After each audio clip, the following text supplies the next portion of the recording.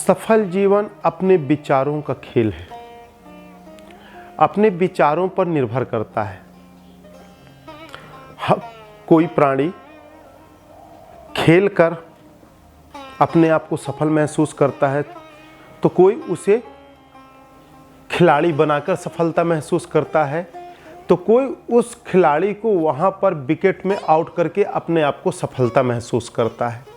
तो अपने जीवन में अपने अपने कर्म के अनुसार सफलता और असफलता यह विचार और कर्म पर निर्भर करता है कि हमारे जीवन में किस तरह का दायित्व है और हम अपने दायित्व का क्या निर्वाह कर रहे हैं।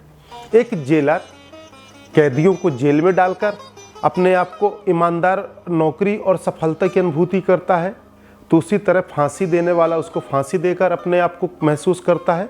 तो उसी तरह एक जज न्यायाधीश बैठा हुआ जज का निर्णय देकर, अपराध का निर्णय देकर उसको जेल पर अपने आप को ईमानदार और सफलता महसूस करता है। हमारे जीवन में जिस तरह के कर्म हैं उस कर्म को भली भांति समझकर, अनुभव कर उसमें गलत और बुरे की परख करके हम जब कर्म करते हैं तो उसमें हमें सफलता की महसूस होते हैं, क्योंकि जीवन की ड्यूटी, जीवन के कर्म अलग अलग हैं। उन कर्मों के अनुसार हमारे कर्मों से कितनी आत्माएं, कितने देहधारी भाइयों का भला हो रहा, कितने मानव प्राणी, कितने जीवात्मा का भला हो रहा है और कितने जीवात्मा का हनन हो रहा है, उस पर निर्भर करता है।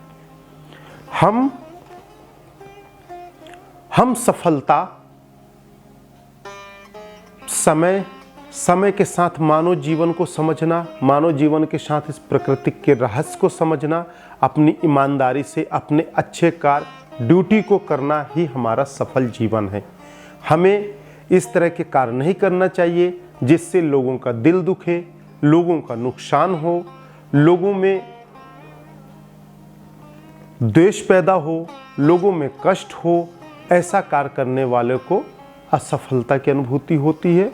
इन कार्यों से बचकर हम जो कार्य करते हैं, मानसिक नियंत्रण को रखकर कार्य करते हैं, तो वह एक सफलता की अनुभूति होती है। इस प्रकार से भी सफलता प्राप्त किया जा सकता है। हमारे शरीर के अंदर ऊर्जा, तो तरह तरह की ऊर्जा विद्यमान है, विराजमान है। हमारे शरीर के अंदर जब हमारे शास्त्र कहते हैं, योग साधक कहते हैं कि समस्त ब्रह्मांड ही हमारे शरीर के अंदर समाहित है, तो अब ये बताएं कि आप दुनिया के इकलौते ऐसे प्राणी हैं जिसके पास अनंत ऊर्जा है, अनंत शक्ति है।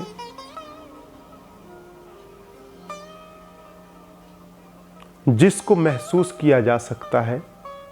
हमारे शरीर के अंदर यदि एक सूर्य की ही बात कर ले उदाहरण पे, तो इस तरह से 1,28,00,000 सूर्य की तेज प्रकाश हमारे शरीर के अंदर समाहित है। एक सूरज निकलता है तो पूरे दुनिया का अंधेरा को चीर कर प्रकाशवान कर देता है। आप एक टेलीपैथी या अपने तरंग के माध्यम से समझें कि आपका घर है और आप 10 कमरे के अंदर सोते हैं,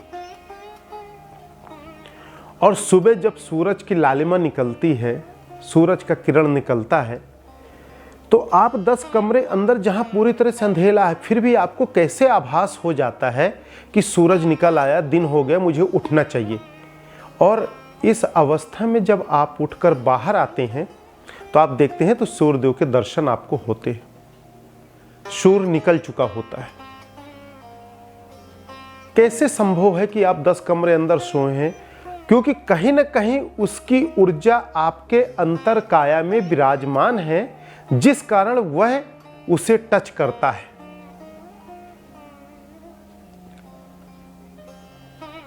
और आपको वह तरंग से जगाता है और लेकर बाहर आता है।